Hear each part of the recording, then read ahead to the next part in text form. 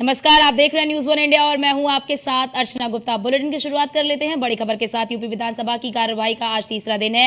NCR की तर्ज पर एससीआर बनाने की तैयारी चल रही है। सदन में सीएम योगी आदित्यनाथ विधेयक को पेश करेंगे। स्टेट कैपिटल रीजन का प्रस्ताव पेश किया जाएगा। उन्नाव, हरदोई, सीतापुर एससीआर में शामिल होंगे। रायबरेली, बाराबंकी को भी एससीआर में शामिल किया जाएगा।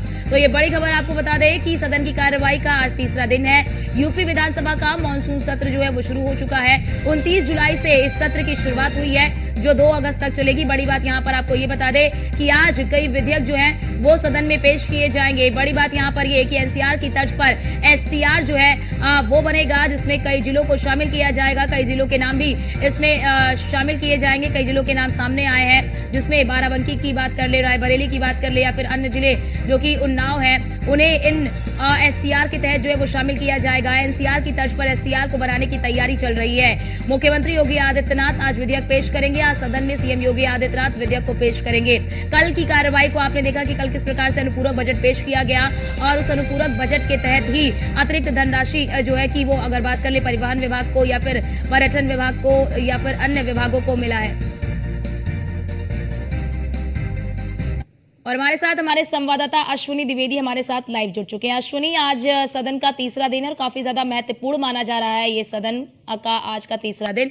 आज मुख्य रूप से कौन कौन से विधेयक जो है वो पेश किए जाएंगे? बिल्कुल, आज यूपी विधानसभा का तीसरा दिन है, सत्र का तीसरा दिन है। निश्चित तौर पर लगातार देखा जा रहा है कि बड़े बड़े जो इस बार विधेयक पेश किए गए।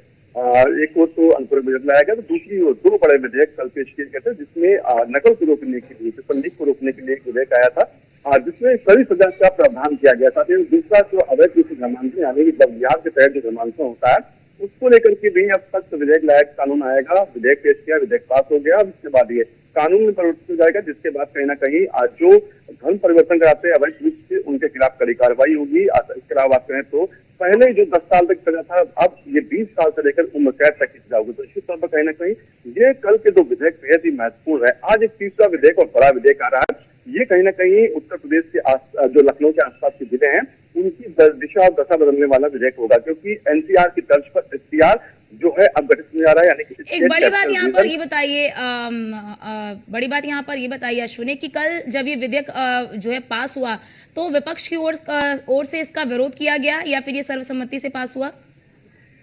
बिल्कुल, अगर बात करें दो कल जो विधेयक हुए तो एक था जो धर्मांतरण को लेकर के, दूसरा था पेपर लीक को लेकर के।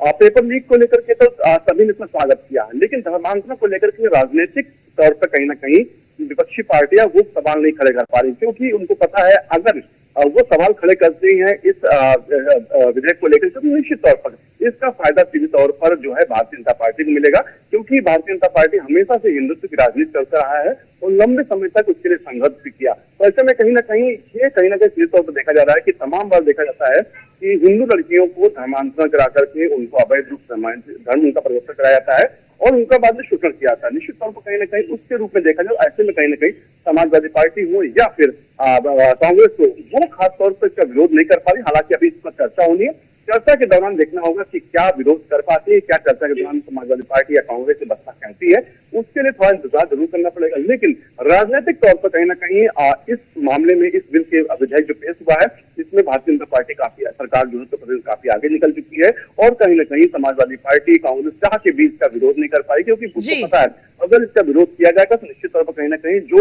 एक हिंदू माइंडेड जो वोटर्स होते हैं वो कहीं ना कहीं उन तक बिछड़ जाएंगे। 2024 में हालांकि उनको बेहतर सफलता मिली, तमाम वर्गों ने उनको साथ दिया, उनके वोट किया और 37 सीटें जो है समाजवादी पार्टी लाई, 6 सीटें जो है कांग्रेस उत्तर प्रदेश में लाई। तो ऐसे में कहीं ना कहीं कोई भी ऐसा कदम समाजवादी पार्टी या कांग्रेस नहीं उठाएगी जिससे उनके वोट बैंक पर कोई भी खतरा मरना है। तो निश्चित तौर पर कहीं ना कहीं अभी तक फिलहाल की स्थिति सामान्य है। हालांकि जब इस पर चर्चा होगी उस दौरान हंगामा थोड़ा बहुत जरूर दिखाई देगा, क्योंकि इससे पहले भी तमाम बार देखा गया कुछ बेहतर विधेयक लाए गए थे, उस दौरान विपक्ष ने हंगामा किया था, विरोध किया था। अब देखना होगा या इस विधेयक में कितना कुछ हंगामा और विरोध होता है, क्या रणनीति समाजवादी पार्टी कांग्रेस की है, क्या वाकई में वो लोग इसका विरोध करेंगे या सरकार का साथ देंगे। जी बिल्कुल, क्योंकि अश्विनी हमने देखा 2017 की ही बात है, 2017 में किस प्रकार से लव जिहाद को एक बड़ा मुद्दा बनाया गया बीजेपी की ओर से, और उसके बाद जैसे ही बीजेपी की सरकार बनी उसके बाद 2020-21 में लव जिहाद को लेकर कानून भी बना दिया गया। ऐसे में क्या लगता है कि क्योंकि उत्तर प्रदेश में उपचुनाव भी हैं विधानसभा के, और उपचुनाव से पहले लव जिहाद को रोकने के लिए कानून को और कड़ा कर दिया गया है और सख्त कर दिया गया है, क्या इसका प्रभाव भी पड़ेगा? क्या इसका प्रभाव भी देखने को मिलेगा? बिल्कुल, ये भारतीय जनता पार्टी की बात नहीं कर सकते, लेकिन ये समस्या बहुत बड़ी समस्या थी उत्तर प्रदेश, खासकर पश्चिमी उत्तर प्रदेश में बड़े तौर पर ये काम चल रहा था कि धर्मांतरण कराया जाता, अवैध रूप से लव जिहाद के मामले लगातार सामने आ रहे थे। ऐसे में कहीं ना कहीं सरकार की जिम्मेदारी होती है कि कोई पीड़ित होता है तो उसको न्याय दिलाया जाए। सरकार ने उसी पर काम किया और उसको मॉनिटर किया कि वाकई में क्या ऐसा हो रहा है, कहीं ना कहीं उनको सच सबूत मिले कि वाकई उत्तर प्रदेश में तमाम बार देखा गया कि लव जिहाद हो रहा है। जो युवतियां होती है उनको गुमराह करके, उनको झूठ बोल करके इस तरह के काम किए जाते हैं। ऐसे में कहीं ना कहीं सरकार ने अपनी जिम्मेदारी निभाते हुए एक सख्त विधेयक पेश किया, और सख्त विधेयक जब कानून बन जाएगा तो निश्चित तौर पर कहीं ना कहीं उत्तर प्रदेश के अंदर जो लोग इस तरह के काम कर रहे हैं, बिल्कुल अब काफी ये बिल्कुल काफी कड़े कानून कर दिए हैं, तो कहीं ना कहीं अब यही संभावना जताई जा रही है कि जो लव जिहाद के मामले बढ़ रहे थे, धर्मांतरण के जो मामले बढ़ रहे थे, उस पर रोक लगेगी। लेकिन बड़ी बात यहाँ पर ये भी अश्विनी, क्योंकि एससीआर को लेकर भी अब चर्चा की जा रही है कि एनसीआर के तर्ज पर अब एससीआर जो है उसकी तैयारी की जा रही है। जरा ये बताइए कि इस प्रस्ताव में क्या कुछ मुख्य बिंदु हैं, और सदन पर यानी कि सदन के पटल पर आज जब मुख्यमंत्री योगी आदित्यनाथ इस विधेयक को पेश करेंगे तो क्या लगता है आपको कि विपक्ष किन बिंदुओं पर सवाल खड़े कर सकता है? बिल्कुल, एनसीआर की तर्ज पर एससीआर जो स्टेट कैपिटल रीजन है वो बनने जा रहा है। इसको लेकर के पहले ही तैयारी शुरू हो गई थी, और अब विधेयक पेश होगा। विधेयक के पास पेश होने के बाद में जो है इस पर काम शुरू होगा। निश्चित तौर पर अगर लखनऊ समेत आसपास के जिले इसमें शामिल किए जाएंगे, जिसमें रायबरेली शामिल होगा, उन्नाव शामिल होगा, हरदोई शामिल होगा, इसके अलावा सीतापुर और बाराबंकी, ये 5 जिले हैं जो लखनऊ के साथ में कंधे से कंधा मिलाकर चलेंगे। जो भी डेवलपमेंट की योजनाएं अभी तक लखनऊ में थी वो अब आसपास के जिलों में जाएंगी। साथ ही साथ तमाम इंडस्ट्री जो है वो इन जिलों में स्थापित की जाएंगी, क्योंकि अमूमन देखने को मिलता है कोई भी औद्योगिक घराना उद्योगपति होता है वो व्यापार करना चाहता है किसी प्रदेश के साथ में, तो दूर दराज के इलाकों तक नहीं पहुंच पाता। तो ऐसे में कहीं ना कहीं लखनऊ के सटे हुए जिले हैं, वहां पर अगर औद्योगिक घराने जो है अपना जो उद्योग स्थापित करेंगे तो निश्चित तौर पर कहीं ना कहीं आसपास के लोगों को रोजगार मिलेगा। साथ ही साथ जो इकोनॉमिक ग्रोथ की बात होती है, 1 ट्रिलियन इकोनॉमी की बात होती है, वो भी हाई होगी, वो भी आगे बढ़ेगी। कुल मिला के ये माना जाए कि ये जो एससीआर की योजना उत्तर प्रदेश सरकार की है, ये बेहद ही कारगर साबित होने वाली है आसपास के जिलों के लिए।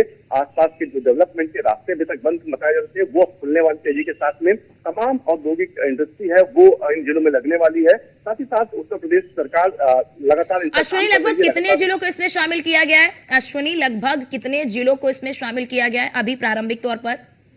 बिल्कुल, अगर बताएं तो इसमें अभी 5 जिले हैं, जिसमें उन्नाव है जो सटा हुआ जिला है लखनऊ से, साथ ही साथ सीतापुर है, हरदोई है, बाराबंकी है और रायबरेली है।